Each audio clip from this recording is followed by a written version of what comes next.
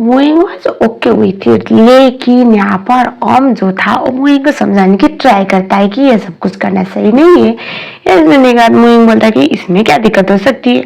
ये सुनने के बाद जो मोइंग था उसको हम बोलता है, देखो लाइफ में सबसे खतरनाक चीज और सबसे घटिया चीज ही एक्सेस होती है। जब भी आपके लाइफ में सब कुछ सही होने लगता है उस टाइम पे आपका पास्ट आपके पास ऐसे आता है जैसे कि कोई बुरा सपना हो। और आपको तो पता है ना अपू कितनी क्यूट है और अपू कितनी स्वीट है, कितनी नरम दिल है। इसके चक्कर में कहीं अपू को दिल में उसने फिर से दोबारा जगह बना लिया तो वो बोलता है नहीं नहीं ऐसा हो नहीं सकता। लेकिन हम बोलता है लेकिन आपको फिर भी जेम के ऊपर भरोसा करना नहीं चाहिए। आपके ऊपर तो आपको भरोसा है, मुझे पता है वो स्वीट है लेकिन वो नहीं है।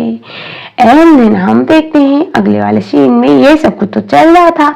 जेम अब अपना जो गलत फहमी था उसका लेवल एक और लेवल अप करता है और उसके बाद आपू का दिमाग खराब कर रहा होता है।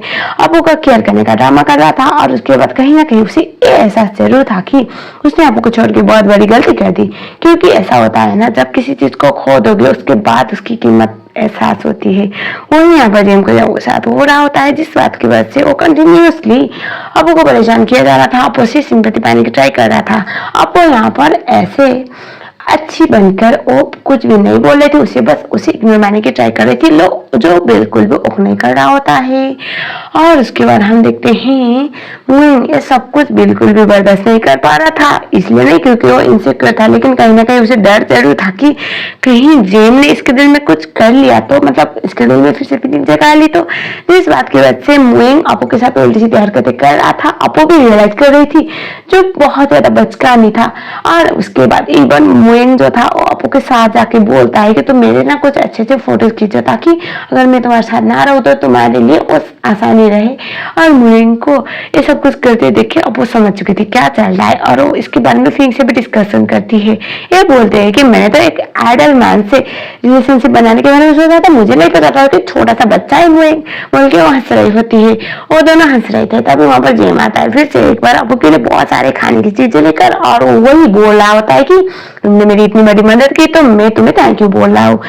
अपू तो परेशान हो चुकी थी। वो बोल रही थी कि प्लीज यहाँ से जाओ मुझे नहीं खाना। वो सुनता नहीं है। वो बोल रहा था कि मैं इतना कुछ ले आ चुका हूँ ना तो प्लीज। तभी फिंग को गुस्सा आता है। वो बोलते कि तुम यहाँ पर क्या कर रहे हो। अब कौन सी बेस्ट फ्रेंड चाहेगी कि उसकी बेस्ट फ्रेंड को जिसने बहुत गंदी तरीके से रुलाया है वो उसके लाइफ में वापस आ जाए। वो उसे बोल रहे होते कि प्लीज यहाँ से जाओ मुझे तुमसे बात नहीं करनी। और नहीं सुनता।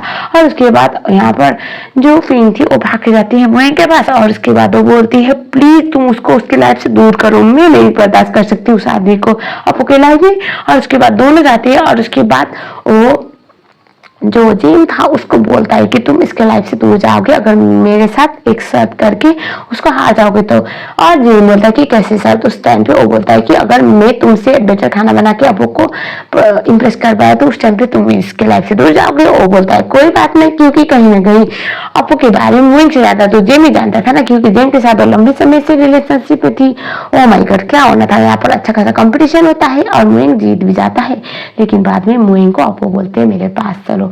और उसके बाद बाहर जाने के बाद वो बोलते कि तुम्हें सब करने की कोई जरूरत है नहीं। और दूसरी बात मुझे इस तरह से करने वाले लोग पसंद भी नहीं। क्या जरूरत है तुम्हें मुझे जीतने की, क्या जरूरत है। मैं ऑलरेडी बोल चुकी हूँ ना, कमिटमेंट दे चुकी हूँ ना। तो तुम्हें ऐसा लग रहा है कि मैं उसके पास वापस चली जाऊंगी, ये मेरे लिए बहुत इंसल्टिंग है। आई एम अपसेट बोल के चली जाती है। मोइंग को रियलाइज होता है उसने थोड़ी सी हद से ज्यादा ही बचकानी हरकतें कर दी है। एंड देन हम देखते हैं अगले वाले सीन में जेम को भी बोलते हैं तुम भी आओ। और उसके बाद बोलते कि क्या इश्यू है। मैं तुम्हें क्लियरली बोल चुकी हूँ कि हम दोनों का सब कुछ खत्म हो चुका है, तुमने तो खत्म किया था। अब मैं अगले में खुश हूँ तो उस टाइम पे तुम्हें बर्दाश्त नहीं हो रहा ना।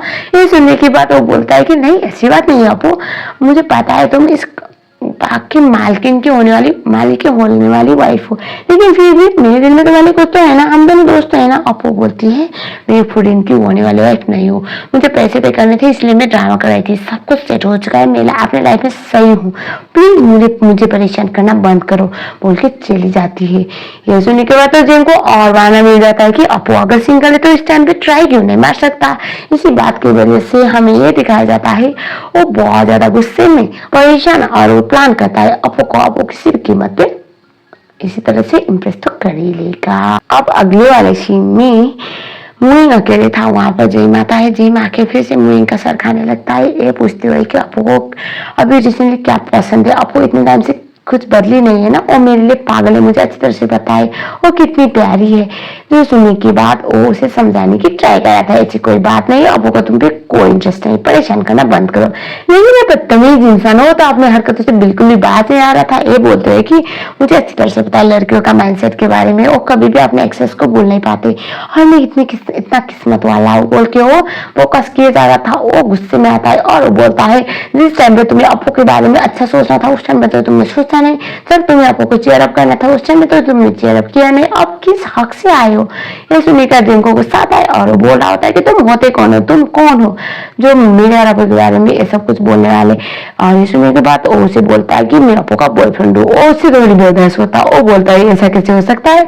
और तब वहां पर आती है अपू को बहुत गुस्सा आ रहा होता है, वो बोलती कि दिक्कत क्या है तुम दोनों की। वो उसे धक्का देती है और उसके बाद वो बोलती कि जेम को देखो बहुत क्लियर बात है, तुम मेरी इंसल्ट करोगे चलेगा, लेकिन कभी तुम मोइंग के बारे में कुछ उल्टी सीधी बातें नहीं कर सकते। तुम्हें पता है मोइंग मेरे लिए कितना मैटर करता है। जिस टाइम पे तुमने घटिया सी हरकत करके मुझे डिस किया था उस टाइम पे मुझे लगा था मेरा लाइफ खत्म हो गया। मोइंग ने मुझे अपनी लाइफ में एक नया जरिया दिया था, नया रीजन दिया था कि मुझे क्यों जिंदा रहना चाहिए, मुझे किस बात की वजह से अपने आप को सही सलामत रखना है। तुम किस हक से मेरी लाइफ में वापस आए हो बताओ मुझे। तुम्हें कोई हक नहीं बनता मेरी लाइफ को खराब करने का। मेरे बारे में कुछ बकवास करके मैं सह लूंगी, मेरे बारे में कुछ उल्टी सीधी बातें करके मैं सह लूंगी, लेकिन मुइंग के बारे में नहीं। मुइंग मेरा बॉयफ्रेंड है, मुइंग मेरा प्रेजेंट से लेकर फ्यूचर सब कुछ है और मुइंग तुमसे 100 गुना अच्छा है, ऐसा वो बोलती है। जो सुनने के बाद ओप्पो की बातें सुनने के बाद मुइंग तो हाईवे उड़े जा रहा होता है और उसके बाद जिन को बोलती है मैं तुम्हारे साथ अच्छी इसलिए थी क्योंकि इंसानियत के नाते मैंने सोचा था एक गरीब का भला होगा, लेकिन तुमने अपनी हद पार कर दी, अब यहाँ से फुटो इससे पहले लेकिन मैं पुलिस वालों को बुला के तुम्हें यहाँ से भगालू बोलती है और उसके बाद उसे वहां से जाने के लिए बोलती है। और उसके बाद जेम का तो ओ माई माता हो जाता है। अगले सीन में देखते हैं मुइंग की ये सब कुछ मुझे को बहुत अच्छा लगता है यार, कोई लड़की इस तरह से उसके लिए लड़ बैठी, उसके लिए तो बहुत मैटर करता था। वो खुशी के मारे ऐसे समय नहीं जा रहा था, वो इतना कुछ था कि वो आपको याद कर रहा मिस कर रहा था और मन में सोच रहा था मैंने लाइफ में सबसे बेस्ट लड़की को चूज किया है अपने लिए। और उसके बाद वहां पर अपू आती है और वो अपू को थैंक यू बोलता है और वो बोलती है कि ये तो मेरा फर्ज बनता था। उसकी हिम्मत कैसे तुम्हारे बारे में कुछ भी उल्टी सीधी बात करने के लिए, क्योंकि लाइफ में जब आप खुश हो आप अच्छे टाइम पे हो तो उस टाइम पे आपके साथ कौन हो वो मैटर नहीं करता, आपके सबसे खराब टाइम में जो हो वो मैटर करता है। और मुझे कोई अफसोस नहीं कि मैंने तुम्हें चूज किया क्योंकि तुम मेरे लाइफ के सबसे बेस्ट डिसीजन हो, ऐसा वो बोलती है। वो प्रॉमिस करता है कि वो लाइफ में उसे कभी भी नहीं रुलाएगा, कभी सैड नहीं करवाएगा। आप और मैं एक दूसरे को प्रॉमिस करते हैं कि एक दूसरे का साथ कभी नहीं छोड़ेंगे। एंड विद दैट्स इट, ये वाला पार्ट यहीं पर खत्म हो गया जो था एपिसोड नंबर 14 और 15 का एक्सप्लेनेशन। इसके फर्दर एपिसोड बहुत जल्द आएंगे, आपको थोड़ा सा वेट करना पड़ेगा, बस थोड़ा इंतजार कीजिए। लाऊंगी मैं लव एट फर्स्ट नाइट का एक नया part. Thank you so much.